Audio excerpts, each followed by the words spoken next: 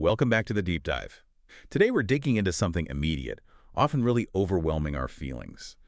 How we feel things way before we understand them. Yeah, that's really the core puzzle of self-awareness, isn't it? We know instantly if we're angry or scared or happy, that's the consequence, the C. Right. But trying to hit rewind, like instantly find the exact thought that set it off, that takes some serious mental effort. It really does. So for everyone following along with our journey through the cognitive behavioral therapy ideas, we've touched on the ABCDE model. Mm-hmm. A is the event. B is the automatic belief or thought. Mm-hmm. And today, we're doing that deep dive into see the consequences. It's like the immediate readout, the dashboard lighting up, showing what your mental autopilot, the B, just decided. And our mission today really is to decode that dashboard. We need to figure out the story behind emotions. What are they? Why do we even have them? And how did they evolve from just basic commands into these really complex feelings that run so much of our lives now? Like evolutionary software upgrades. Exactly. That's a great way to put it. I love that idea. Software upgrades. Okay, so let's unpack this. If emotions are, say, version 3.0, where did it all start? What was the original OS, like V1.0? Okay, so V1.0, we started with what you could call the primal drives. Mm-hmm. These weren't really feelings or thoughts as we know them. They were just pure automatic programs, really basic survival stuff. We can kind of boil them down to three main things. Which were?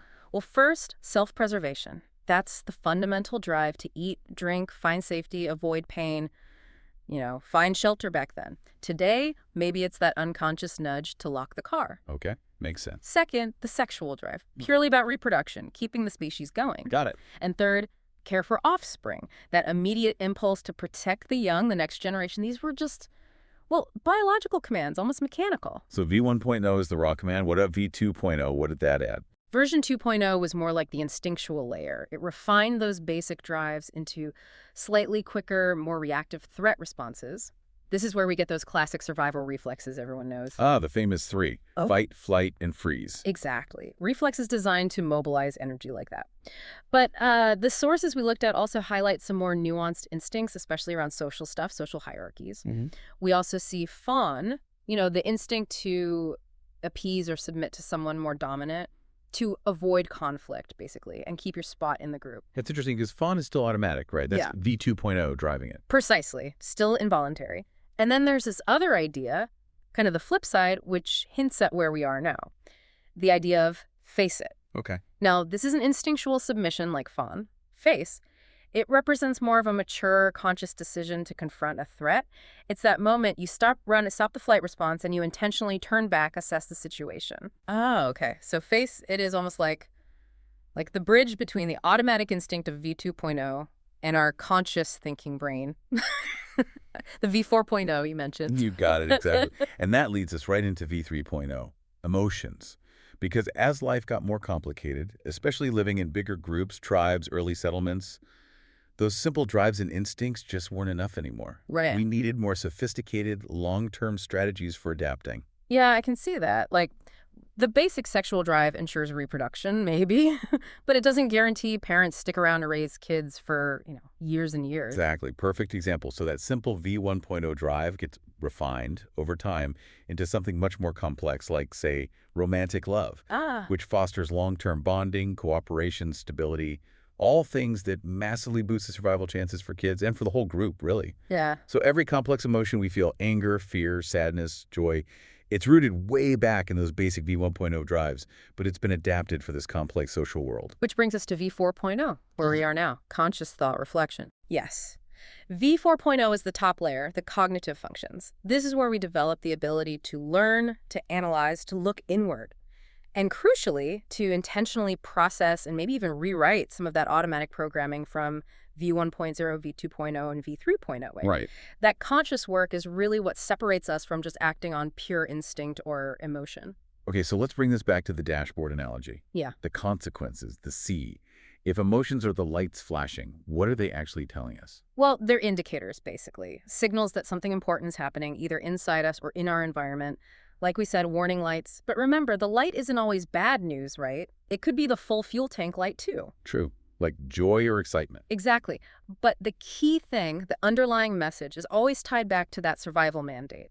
All these emotional systems ultimately are designed for survival and protection. So that mental exercise when you feel, say, anxiety surge is to pause and ask yourself, okay, wait, is my actual physical survival threatened right now? That's it. That simple question is V4.0 stepping in. Because, let's be honest, in most modern stressful situations, traffic jams, snippy email, a work deadline, the answer is almost always no. Yeah. But your V3.0 system might still be screaming, danger, run, based on ancient programming that doesn't quite fit anymore. Now, we should clarify something important here. C isn't just the feeling itself. You said consequences are a whole package.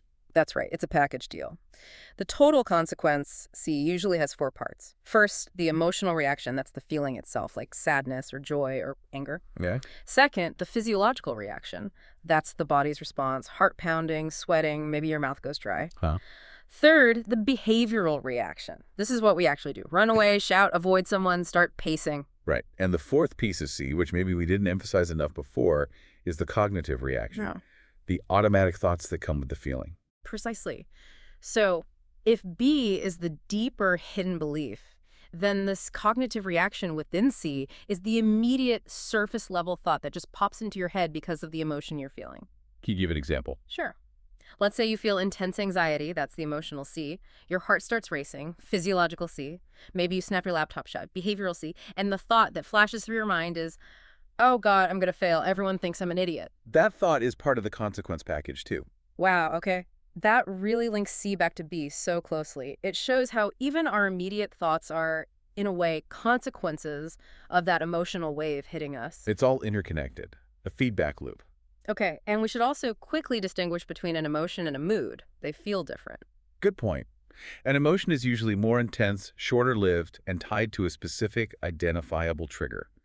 You feel angry because of what just happened. Yeah. A mood, on the other hand, is usually more diffused, lower intensity, and it hangs around longer, like a general feeling of unease, or maybe a low-level sadness that lasts for days, even weeks or months. And if those moods aren't addressed? Well, that's when they can become chronic states, potentially evolving into more serious issues like clinical depression or generalized anxiety disorder. The mood becomes the baseline. It's interesting, too, when you list the basic emotions like fear, anxiety, anger, love, disgust, loneliness, sadness, joy. It feels like there are more negative or protective ones than purely positive ones. Oh, they absolutely outnumber the positive ones, which just reinforces that core idea, the survival mandate. Disgust stops us eating poison. Fear stops us walking off cliffs. Sadness helps us process loss, maybe signals we need support. Yeah. They're essential defense mechanisms. Yeah. And then they combine, right, to create even more complex states, like maybe fear plus anger plus a bit of uncertainty equals something like paranoia. That makes total sense. Okay, so here's the big question then. If these are automatic V3.0 systems, how do we use our V4.0, our thinking brain, to get some control without just, shutting down and becoming robots? Yes. This is the real tension, isn't it? The hard work of conscious processing versus the easy appeal of external hacks. Oh, man, the hacks are everywhere. Yeah. They feel so good. That quick fix a glass of wine after work, going for a hard run, scrolling through funny videos, things that instantly shift how you feel. Right. It gives you that feeling of effortless being where you feel better without actually having to look at why you felt bad in the first place. It provides relief, absolutely. But often it's just a distraction from the root cause. The internal work, the introspection, that's the slower path. It's harder. It means trying to understand the why behind the emotion, not just masking the what. It means consciously choosing how to respond, or sometimes practicing what's called radical acceptance, just allowing yourself to fully feel the emotion without necessarily acting on the urge it creates. We're literally trying to update millions of years of programming. It's not easy. I found personally that just trying to analyze the emotion after it happened, not judging it, just naming it, like, okay, that was anger or that felt like panic, it actually started to reduce the intensity of the reaction. The feeling might still bubble up, but that immediate behavioral C, like lashing out, felt less compulsory. That's a V4.0 intervention right there. You're observing, analyzing, creating space. And that kind of work, that practice, actually trains the whole system over time. The source material had a really interesting point about how training your response to one type of stress can actually generalize. Oh yeah, like my cold water swimming thing. Exactly. Tell us about that. Well, when you first get into really cold water, your V2.0, your instincts just scream, panic, flight is fatigue, get out, your heart pounds. Primal fear response. Totally. But you consciously train yourself using breathing, focusing, repeated exposure not to panic. You teach your body that cold water is just intense discomfort, not a life or death threat. And the mechanism behind why that helps elsewhere is generalization. Your body only has so many ways to express threat response. Racing heart, shallow breathing, muscle tension. Right. So by training yourself to stay calm and breathe through the cold water threat signal, you're essentially practicing using the same neural pathways you need to stay calm during, say, intense social anxiety or a bout of road rage. You're teaching the whole system, hey, we don't have to hit the panic button every single time this alarm goes off. That realization that training the reaction to one thing could actually help with other emotional reactions, that was a huge aha moment for me. Okay. But I also felt like there was maybe a cost or a trade-off. How so? Tell me about that. Well, by working on intentionally dulling those really explosive negative reactions, becoming less prone to outbursts of anger, less dramatic, maybe I started to notice that the peaks of positive emotions felt, well, less cheeky too, less intense, sudden joy maybe, replaced by more of a steady, stable feeling of contentment. That's fascinating. But maybe that's the feature, not the bug. You've introduced more stability into the system. What do you mean? Think about it from an evolutionary perspective. Those intense highs and lows, while maybe exciting, are actually really costly in terms of energy and potentially risky behaviorally. A more sustainable state of general satisfaction, even if it feels less dramatic, might actually be far more beneficial for long-term health, well-being, and even survival. You might be trading those fleeting bursts of ecstasy for a more continuous, reliable, low-level sense of okayness, which isn't a bad trade. That's a really powerful reframe. Okay, so acceptance then. Acceptance of the feeling seems like the crucial first step for any of this V4.0 work. Absolutely critical. The source material really emphasizes this.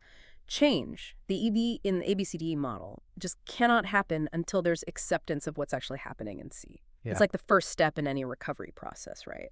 You have to acknowledge the reality of the situation, the true nature of your emotional consequences before you can change anything. Makes sense. And beyond that, we also need to remember the social function of emotions. Sharing how we feel, showing some vulnerability, that's actually vital for human connection. It takes immense energy to constantly mask our true feelings, and letting that guard down can be incredibly freeing and strengthening, paradoxically. Right. So to kind of wrap this part up, emotions aren't bad guys. They're V3.0, a super complex, highly evolved survival system. And real long-term influence over them starts with acceptance and just becoming consciously aware of that whole C's package, the feeling, the body sensation, the automatic thought, and the behavior that follows. And that leads us perfectly into what needs to come next. Yeah. Because while we've mapped out the C package now, the consequences, the next logical step in the model is moving towards D, which is disputation. Challenging those automatic thoughts. Exactly. And then E, the new effect, or the effective new belief and behavior that results from that challenge. Yeah. That's where the real change happens. Okay, so that's the most active part, the actual attempt to rewrite the software. Yeah. Using V4.0. Precisely. But until we dive into that next time, maybe here's a little mental exercise for you listening. For the next day or two, just consciously try to notice, acknowledge, and maybe even name your emotional states as they happen. Okay. Don't judge them. Don't immediately try to fix them or push them away. And try not to instantly act on whatever behavior they're suggesting. Just recognize the state. Okay, I'm feeling impatient right now. Or, feeling a bit guarded. Or, there's that familiar twinge of anxiety. Just notice. Just notice. And maybe, if you feel comfortable, share one of those named feelings with someone you trust. Just practice that little bit of vulnerability. I'm feeling a bit overwhelmed today. See what happens. That's a brilliant challenge. Really training that awareness muscle for C before we even try to get into the D and E. Thank you. This has been fascinating. Really mapping out the evolution of our feelings. It was my absolute pleasure. It's complex stuff, but so fundamental. We'll catch you next time as we start looking at how to actively work with that automatic programming. Farewell.